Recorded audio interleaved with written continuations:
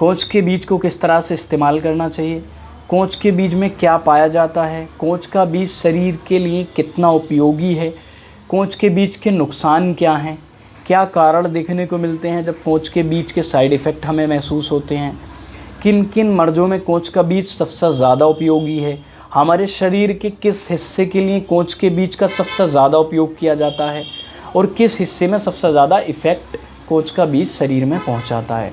तो हम बात करते हैं कि कोच के बीज के बारे में। देखिए, कोच का बीज इस्तेमाल करने से काफ़ी सारे शरीर को फ़ायदे महसूस होते हैं, लेकिन एक चीज़ है कि मतलब हर एक चीज़ हर एक इंसान को रास नहीं आती। कुछ लोगों में उसके साइड इफ़ेक्ट भी देखने को मिलते हैं। तो क्या साइड इफ़ेक्ट होंगे शरीर में कोच के बीज इस्तेमाल करने से, क्या चीज़ें देखने को मिलेंगी जिससे ये महसूस हो कि कोच के बीज के ये साइड इफ़ेक्ट हैं, ये कोच के बीज के नुकसानात हैं जो शरीर में फ़िलहाल हो रहे हैं। तो सबसे पहले हम बात करते हैं कि कोच के बीज में क्या होता है और ये क्या है। देखिए, कोच का बीज जो है वो महत्वपूर्ण तत्वों से भरपूर होता है।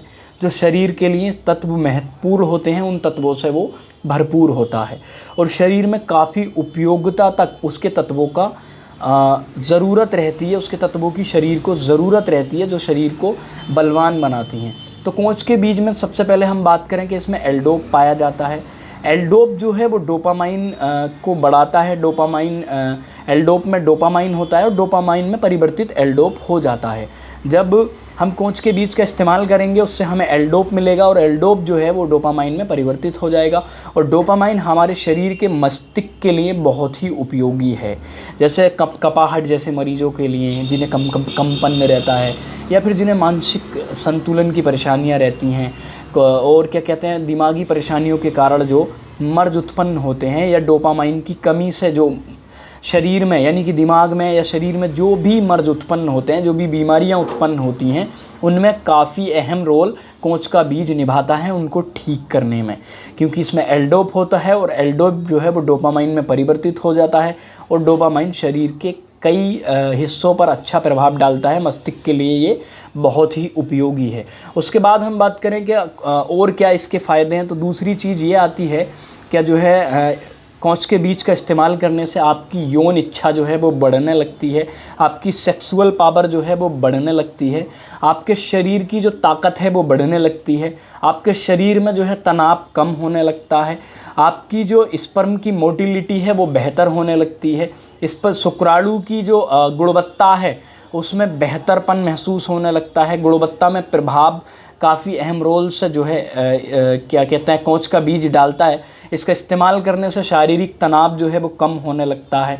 और दूसरी चीज़ है आपकी यौन इच्छा बढ़ जाएगी, आपकी सेक्सुअल पावर बढ़ जाएगी।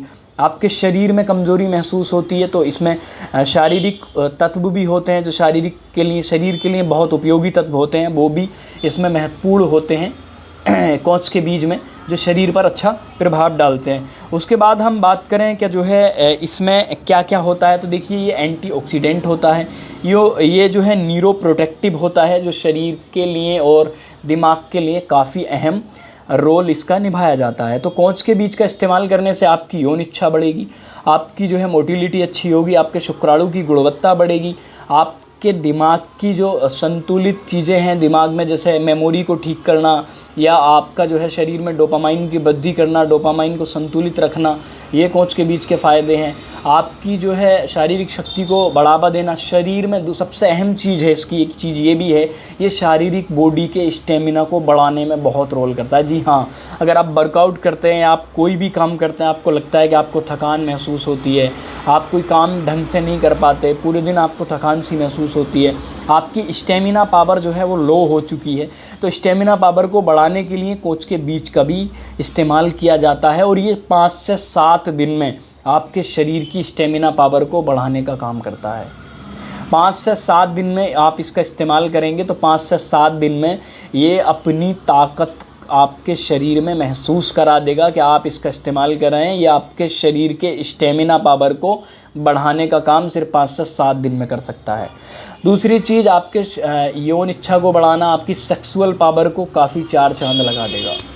अश्वगंधा सतावर सफ़ेद मूसली में मिलाकर के इसको सेक्सुअल वीकनेस को दूर करने के लिए इसका इस्तेमाल किया जाता है। ज़्यादातर देखेंगे आप तो जो लोग देते हैं सेक्सुअल पावर की दवाइयाँ बढ़ाने के लिए, उसमें इसका अहम रोल और इसका जो है अहम हिस्सा दिया जाता है। अब हम इसकी बात करें क्या इसके जो है साइड इफ़ेक्ट क्या क्या हैं, तो साइड इफ़ेक्ट की हम बात करें, इसको लेने से देखिए जैसे दिल मालिश सा होने लगता है, उल्टी सी महसूस होने लगती है। जिस मरीज़ों को ये मतलब इफ़ेक्टेबल नहीं होता, उनमें साइड इफ़ेक्ट जो पैदा करता है, उन साइड इफ़ेक्ट के बारे में हम बात कर रहे हैं। तो ये साइड इफ़ेक्ट में क्या क्या चीज़ें देखने को मिलती हैं। सबसे पहली चीज़, आपको दिल मालिश होने लगेगा, उल्टी सी महसूस होगी और उल्टी आएगी भी। दूसरी चीज़ है, आपके पेट में दर्द भी हो सकता है, पैन एब्डोमेन की भी आपको शिकायत हो सकती है। आपको कोई एलर्जी रेसेस भी होल बॉडी में कहीं भी हो सकते हैं। दूसरी चीज़ है, आपके पेट में भारीपन महसूस हो जाएगा, शरीर में भारीपन महसूस होने लगेगा, आपका कॉन्स्टिपेशन जैसी शिकायत भी हो जाएगी। तो ये रहे इसके साइड इफ़ेक्ट। ये चीज़ें आपको होती हैं तो ये इसके इस्तेमाल करने से तो ये इसके साइड इफ़ेक्ट भी हो सकते हैं।